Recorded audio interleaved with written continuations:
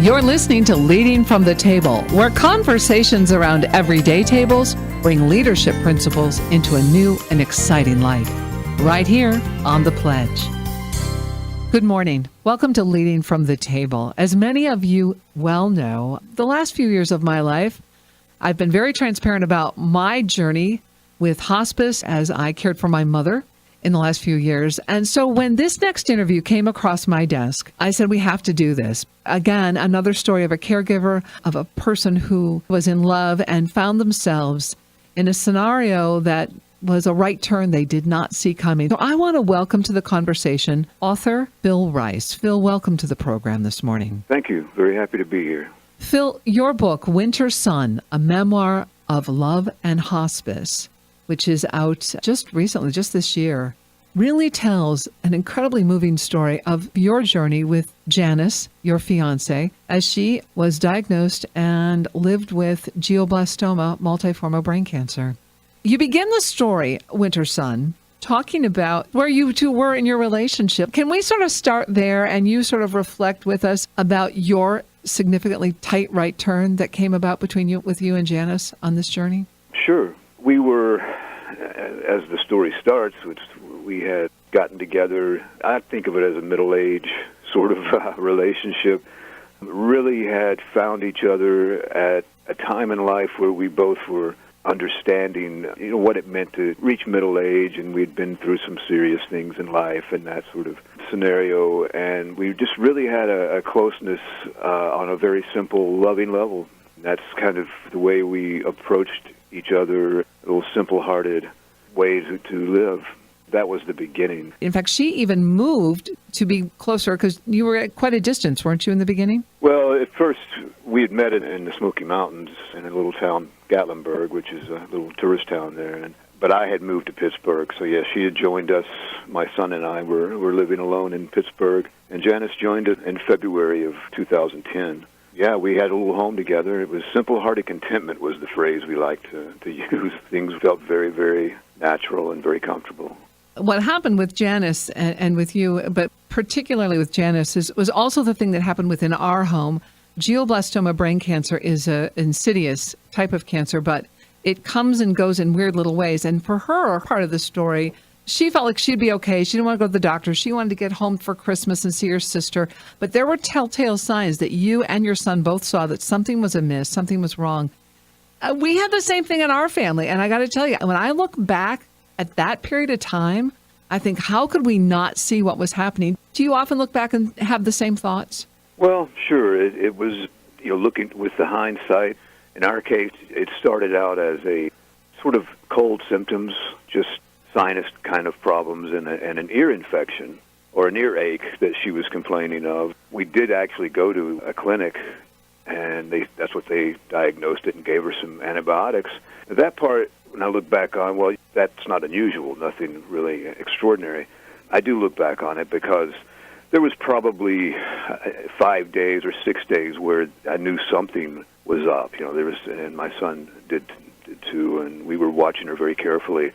Yeah, and I do think maybe if I'd acted at that time, things could have been different, but she was resistant to it, and I didn't know what it was. Right. I'd never seen behavior like this. Really, the closest comparison would be dementia that my mother at that very moment, in fact, was suffering from.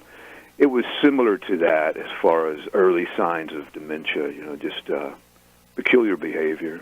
One of the things, Phil, that struck me in this portion of your book, Winter Sun, a memoir of love and hospice, was the fact that I could see myself in that Janice piece. I could see myself going, I'm fine, I'm pushing through. And I think a lot of women and men do this for the most part. Your loved one is saying something's different, something's amiss. No, I'm fine. I just have a cold. But as was so often with a glioblastoma, your behaviors are different. You don't realize it. People on the outside are seeing it. And I know within the case of in our family, and it sounds like in the case of yours, the patient was like, I know what I'm doing. I'm a strong, independent person. I'm fine. And so you're trying to be respectful, but at the same time, it's hard. And so my takeaway from this section of your book was, the next time my husband's looking at me and saying, you really need to go to the doctor, I really need to listen. Well, Yeah. you know, You know, or your wife, and we anyone were- saying that to you. Yeah. Our relationship was such that, we both were very independent. It was a very mature and loving relationship. Neither one of us was dominant over the other. Sure. All of that was part of what was so healthy about it. And but I became more and more assertive as far as please do this. But Sure. yes, she was very independent and strong too. And so she did resist it, and it just got to the point where I had to do something. And by that last night, I just said, well, I'm going to have to call paramedics. You have to go. Right. And so if you're not going to go willingly, I'm sorry, but this is, there is something drastically wrong here. But at that point, there was no doubt at all. I mean, she was like a clock that had unwound. Talking with all Phil. of her movements. Talking with Phil Rice, author of the book Winter Sun, a Memoir of Love and Hospice. His story is now available through, is it Canopic Publishing House? Yes, Canopic Publishing. And I've got philrice.org. It's also a source. Great. One of the things that you were not married at the time, so when you get into the whole medical piece of this journey, that made it a little difficult as well, because they asked you, I think, right away, didn't they, say, are you the husband? And you're like, well, no. So there were some issues for you at that point. Let's just share with our listeners what you experienced in terms of that piece of the journey. Well, and we had been engaged for a month when I took her to the emergency room, and she did. I did not call the paramedics. She did finally agree to go, and yes, I said I was her fiance, and as it would progress, and all of her family was in North Carolina, and no one else, was in Pittsburgh to be there, and very quickly they made contact with her brother in North Carolina, and they let me know that since we were not married, that he would have to make the decisions. Well, on behalf of her mother, who was still alive at that time, but he had decided that he would do that. And I very quickly was very frustrated by that. I said, well, how do you know who he is? You've got nothing. You've got a voice on the other end of the phone. So I was very frustrated by that. But I understood it too. I knew that that's the way things worked, and I rolled with it as best as possible. And I was very fortunate. Her brother John was very considerate and very respectful of me during this time, so I'm very grateful for that. It could have certainly gone the other way. I'm sure also at that time, as you are sort of walking through these doors that are being opened and you're on this journey with Janice as you're trying to figure out what's going on, even the ride into the hospital, even in the waiting room of the emergency room or the clinic, did you have a foreboding sense this is more than just an earache, this is more than just a cold? Well, I knew it was more than that by this time, and Janice had lost her daughter was murdered, actually, just 6 months before this, in a domestic dispute in Tennessee. Just a terrible, terrible situation, and she had held up remarkably well. We had gone through that together, but I was thinking as I was waiting in the hospital that this was somehow maybe a depression or grief. Showing up in a peculiar way. That's where my mind was going, that it was a mental thing, perhaps, that she was reacting, because she had just held up so well and had shown such a strength during that time that I felt like maybe that's what it was. But that was just me playing psychologist, You're listening to Leading from the Table. Today we're talking with Phil Rice. He wrote the book Winter Sun, a Memoir of Love and Hospice. And the book covers Phil's relationship, his engagement to Janice, and also their journey through glioblastoma brain cancer, hospice, and eventually her passing. This is a story that many families are facing today in our society. We're seeing an increase of glioblastoma and brain cancers. And we're going to continue this conversation of how Phil and Janice together navigated not only the neon-lit hallways of the care facilities, but also hospice care. Stay with us. Leading from the Table, we'll be right back.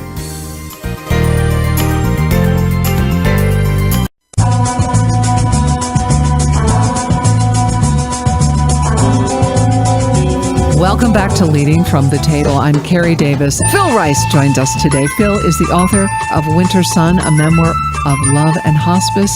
His story, if you're just joining us, is he was engaged to Janice, and shortly after their engagement, she was diagnosed with stage 4 glioblastoma multiforme brain cancer. So let's kind of pick up where we left off. Get to the hospital, and the diagnosis is finally delivered.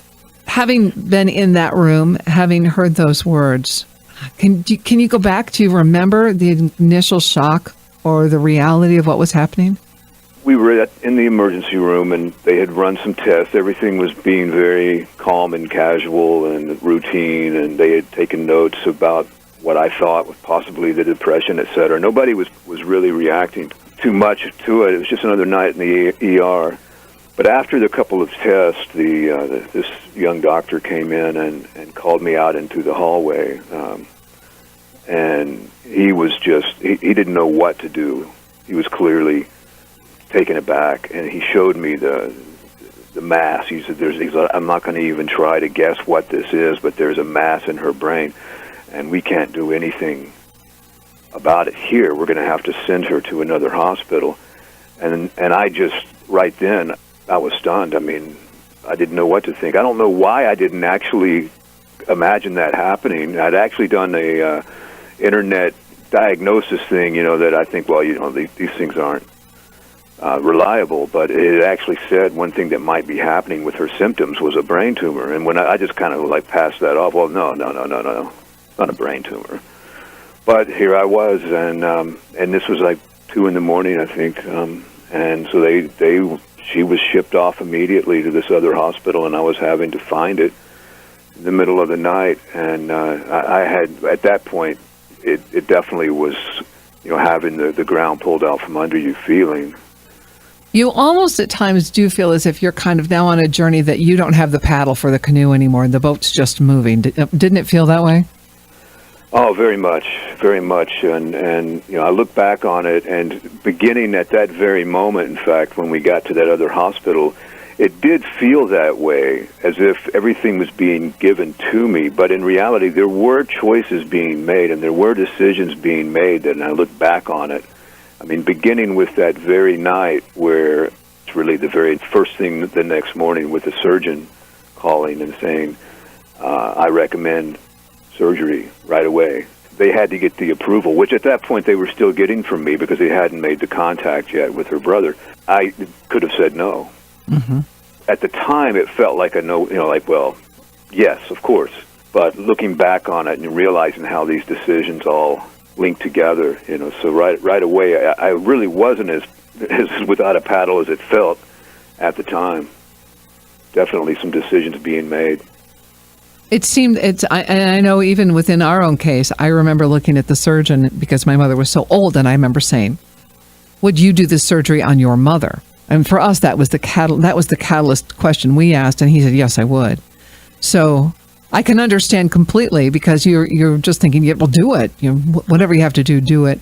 And they did, because within the glioblastoma multiforme and that type of cancer, it's not going to stay there. I mean, it's going to continue to grow. Of course, the best decision was to do whatever you could. When you look at that now, would you and Janice have done it any differently? Would you have just said, no, let's just go home? No, I wouldn't have said that. The other option would have been radiation, right? Immediately. And she was not able to, by the time, I should have mentioned this earlier, by the time we got to the emergency room, she was out of it. Mm-hmm. She was no longer able to participate in the discussion. They did something between getting to that new hospital and preparing her for surgery where she was responsive again the next day. I don't know exactly what that was. It's something to relieve the pressure. But as far as the options, and then, as the story progresses and the way the surgery developed and the things that happened after that, now I look back on it, it's like, well, it really would have been worth considering, right, moving into radiation, et cetera, and trying to shrink it just a bit. But remembering that I didn't know this was stage 4 Right. brain cancer at the time. Had I known that, obviously things might have been different, but I didn't know that. It was even possible that it wasn't cancerous at all. It was, it could have just been a tumor that they could remove and things would be okay. So I had no idea going into it. But yeah, hindsight, yes, there were other things that could have been done. Well, going home in this case would not have been one of them, but definitely other options. Eventually, though, well, how it all ends up, and I want to get to the hospice piece because I think this is the pivotal piece that I think that so many people need to understand and hear, that when the concept of hospice was eventually offered to you as really the way to go, what was your initial reaction? Well, I embraced it. By that time, I had the acceptance. I had been very, very involved every day, all day long kind of thing, and had the up and down, the hope and the crushed hopes and then the hope again, all of that sort of journey within a very short period of time. It was only a couple of months through the surgery, trying through the recovery, all these things, and I wanted to get her out of the hospital. That was really the goal. By the time I was offered that, I had realized that we weren't going back to the mountains for a ceremony, which is what we had planned. I knew all these things that were not going to happen, and in fact, I had been told the night of the surgery. The surgeon said, with treatment, she could live another 12 to 16 months. That was the heavy words that came out, but it was very important that with treatment. Right. And she wasn't able to get treatment. The surgery itself had disabled her to the point where she did not recover well enough to endure, and it had to happen right away for it to be any good. This tumor had developed in about 4 weeks, right, according to the surgeon. So at the point that I had the wonderful option of bringing her home, yes, I embraced that. It was like, this is where we want to be, to say goodbye. I knew she was leaving us, and getting her home was vital, and hospice allowed that to happen. So I can't say enough about hospice in this case. It really, really made a huge difference. Talking with author Phil Rice today. His book, Winter Sun, A Memoir of Love and Hospice, is out. This just recently released. Phil, the book itself, when you talk about hospice, and I've had these conversations with people, it's a polarizing word. Some people think, well, that's it. I don't want to talk hospice. That's like the last few days of my life. Before all of this with Janice came about, had you had any relationship to hospice? I guess maybe with your mother you did, but had you been working with hospice prior? Well, my mother was under the care of hospice at that moment.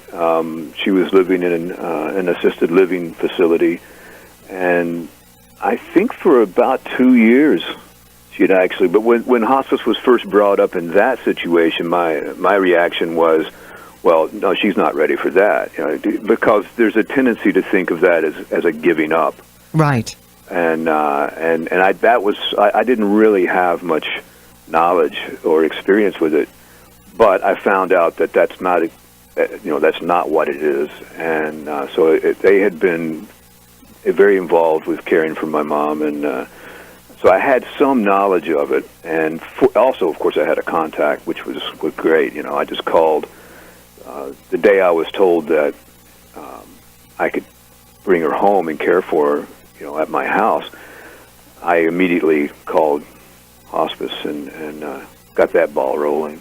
Talking with author Phil Rice about his book, Winter Sun, A Memoir of Love and Hospice. And when we come back, we'll talk about that relationship of hospice and how they helped both Phil and his fiancée Janice navigate stage 4 glioblastoma multiforme brain cancer.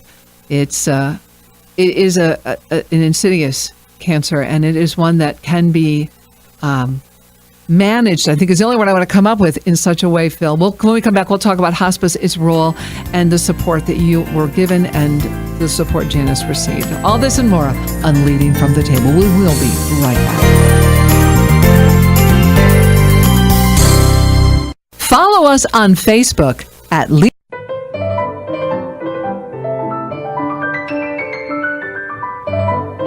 Welcome back to Leading from the Table. I'm Carrie Davis. Today I have author Phil Rice with me. Phil is the author of the book Winter Sun, a memoir of love and hospice. It is the story of Phil's journey with his fiancée Janice, who was diagnosed with stage 4 glioblastoma multiforme brain cancer. Phil wrote this book as a testimony to his journey and what he learned along the way and how it helped him, will, and possibly help you or someone you know as you come to end of life questions and potential of hospice care. You know, Phil, one of the things that I found when talking with people about hospice care, like I said earlier, is that they think, oh no, that's for the last few days. But really, let's talk about how they helped you and Janice over the course of months. My brother refers to it as living with cancer. My brother also has cancer. How did hospice journey with the two of you in unique ways as Janice lived out her life? Well, and by the way, we did get married in the hospital, religious ceremony, not recognized by the state. But so when I brought her home, it was as husband and wife. Yes. And what hospice did was allow us to live life to the fullest in those weeks. It was only going to be weeks. I mean, we didn't know that, of course, when I first got home, but it turned out to only be weeks. But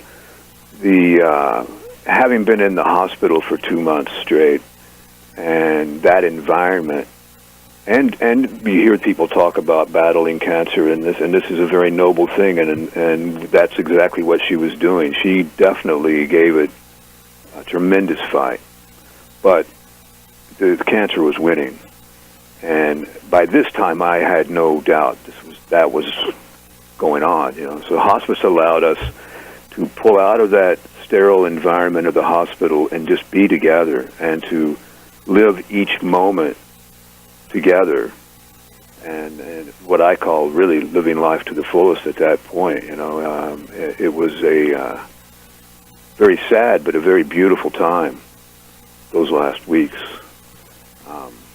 The word beautiful is interesting because a lot of people would not necessarily equate caregiving, but it is quite beautiful, caregiving, loving on someone in the most difficult of times. What did you learn about yourself in that process? Wow. Well, I learned one thing. I think it stripped me down to the bare essentials of who I was, and everything is incredibly simplified in those moments. And I learned that I could operate on love and nothing else, you know, during those times. And even I knew as I was doing that this isn't going to last as far as my strength. You know, I don't even know how I continued to every day wake up and have strength to continue with this journey, but I found that I could, and I did. And I also knew that there was going to be a fall at some point, you know, that the pain was there, but it's like, well, not for now. I'm going to experience this now, and it was beautiful in its way. She was always beautiful to me. Everything, there was a sense of, when I was with her, there was that sense, and that's what hospice allowed me to do, really, is to really, truly be with her in these moments. So I wasn't caught up in pain and sadness when I was with her. I was just with her. And when I say, you know, with her, it's a very, I hate to use the word spiritual, but it really is. You know, it was like a genuine being with each other. Hospice allowed that. If we'd been in the hospital, that would have been, at best, a moment here and a moment there, you know, where we may well have had that kind of experience, but it would not have been the way it was. It would not have been this totality of experience. You talk about in the book the importance of being present, even when the person is no longer conscious. What did you learn in those moments about your own core strength? Well, my own core strength, that it was there, that, again, it transcends the intellectual in the sense that I was no longer having to think about what I was going to do or if I was going to do it. None of those things went through my mind. I just participated in it.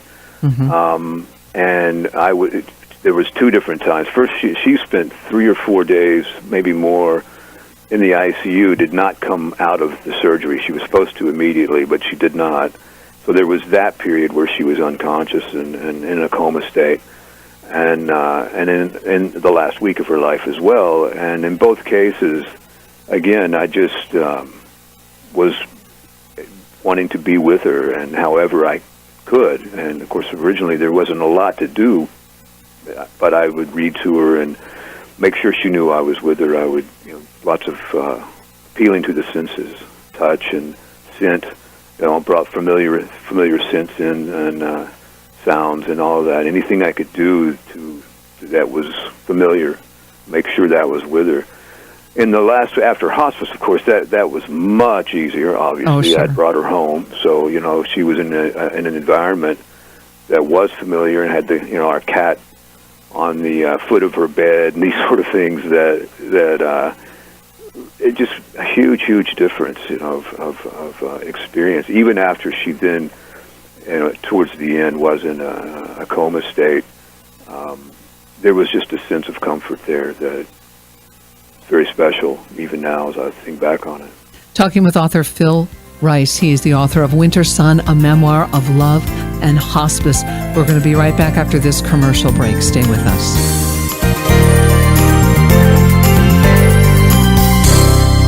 You can catch Leading from the Table Monday through Friday right here on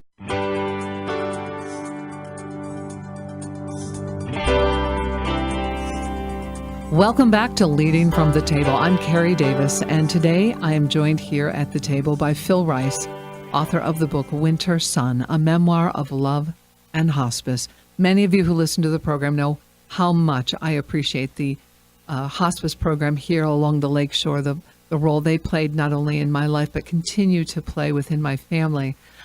Phil Rice's story is so similar in that he also journeyed with his fiancée, his wife, through a glioblastoma, multiform brain cancer, which, Phil, you know what, when we're talking about brain cancer, because there's all these different types of cancer. I hate to have become a bit of an expert on this, unfortunately, but brain cancer really messes with the person's head in literally and figuratively. And I remember, I don't know if you went through this or not, but I remember wanting to understand what this would look like in progression because I want to plan everything, like what's happening next. And with glioblastoma, no one could give me a definitive. They couldn't say, well, this is what we'll look for, and this is what we'll look for. Within the hospice care, they went, everybody's a little different. Did you have the same scenario? Definitely, yes. It was, and could be very frustrating. And and I mentioned this in the book, that before I could bring her home, I had to stop by the original hospital again and have MRI. And the surgeon was just very upbeat and saying, well, didn't see anything. I'd already been told that it was so fast that, that really, and that they couldn't do anything else for her. But he made it sound so okay, like it was gone. There was no sign of the tumor. But as if at any moment it could just take her too. Wow.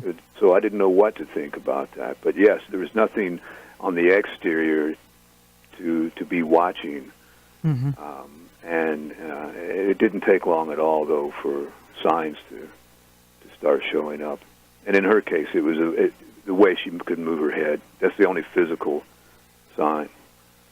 I'll tell you, I remember thinking at a certain point, as the caregiver, you're busy, you're caring, you're constantly always sort of on this watch. You're just aware, constantly aware. I remember thinking, you mentioned the fact that you brought in different scents and smells in the environment that she would be familiar with. I remember doing all of that. I wanted to have certain, oil diffusers and different things. But the one moment I remember walking through into the room with towels and stopping and saying, I'm beginning to mourn that she's slowly leaving because she was changing. Did you find yourself as the disease progressed? I don't know if you ever had that moment where you went, she's already leaving the room even though she's still present. Yes, I did feel that.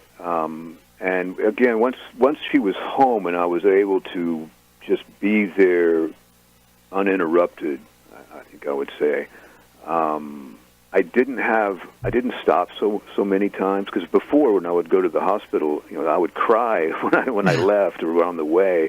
But when I was with her, it was a different thing. The strength was there. And now when I had her at home, the strength was I was able to lead with the strength most of the time.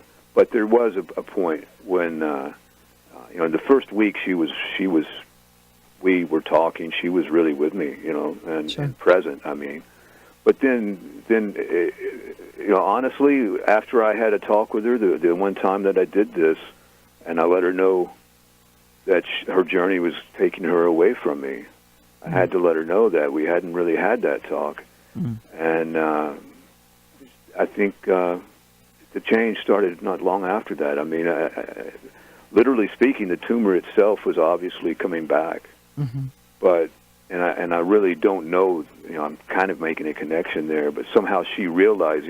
I think that the struggle itself changed once she understood that. Oh, I'm not outpacing this tumor.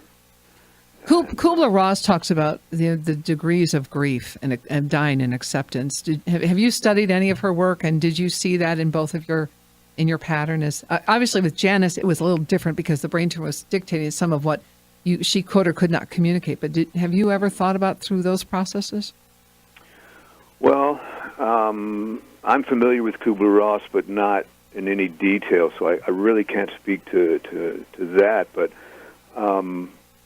and with Janice, her awareness, it's very hard to know, because she very quickly slipped into minimum communication. Sure. She only had about a week there where we were able to verbally communicate. The communication became sensual, basically, after that, or sensorial, I think, whatever that proper way. But sure. I didn't. I continued to talk and sing to her and do all sorts of things, But so the communication was going out. I don't know how she was able to process it. So it really. I don't know what her stages were, but I got a sense of strength and acceptance on her part, and she knew it was all okay. None of this felt horrible in that moment, believe it or not. I mean, I knew it was heavy, and I knew it was going to be terribly sad and lonely, and these things were waiting for me. But in the moment, it didn't feel that way. It's like, this is wonderful. We are together. And that's the way she was behaving, to what extent I could get, I could read her.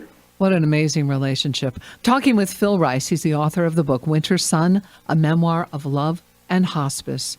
When we come back, we'll talk about life after and what the journey has taught Phil in the long run about who he is and who Janice was. You're listening to Leading from the Table, and we will be right back.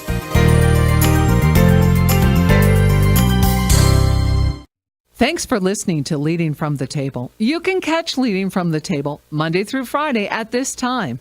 And if you want to stay connected with us on Facebook, go to Facebook, Leading from the Table. Welcome back to Leading from the Table. I'm Carrie Davis. Author Phil Rice joins the conversation this morning. He is the author of the book Winter Sun, a memoir of love and hospice, the story of his fiancée, eventually his wife, the two of them as they journeyed through stage 4 glioblastoma, multiforme brain cancer. Phil, you said in the last segment that once she understood that cancer was going to take over, she went into a period of acceptance and sort of let go. There's a lot said about that human spirit, the ability of the human spirit to say, okay. And having been around cancer a lot within my life, I once had a hospice nurse say to me, if we stop touching the patient, eventually they will release. Were you able, even when she wasn't consciously responding to you, did you have a way of knowing or a sign from her that you knew she knows I'm here in those last few hours and days? Well, I always felt that, yes. Again, the touching, and I've made it so that I could sleep beside her and to hold her hand all night, these sort of things. I had a real sense that she was aware of my presence, and I also had a sense that part of what she was letting go of, that she could have maybe held on had that been the direction, but she didn't want to put us. I mean, I was caring for her. I was having to completely, bathe her and do these sorts of things, and I know her, and that she would not have wanted that, as far as on an extended basis. So she had realized that she didn't want to put other people through any more pain than needed to be done. That's the sense that I got from her at that point, as far as her journey. But yes, I definitely had a very strong sense that we were together. It sounds like such an amazing relationship of her trusting you and just sort of, floating through. We called it floating, but floating through those last days and that last week together. Yeah.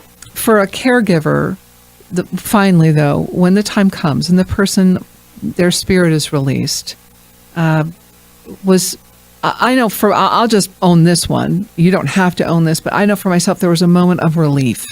Right? Oh, she's free.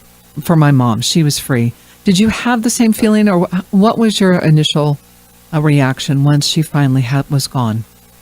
Well, there was a sense of that because of the suffering in the last few days, and ever since the surgery, really, had been a journey of suffering, physical suffering.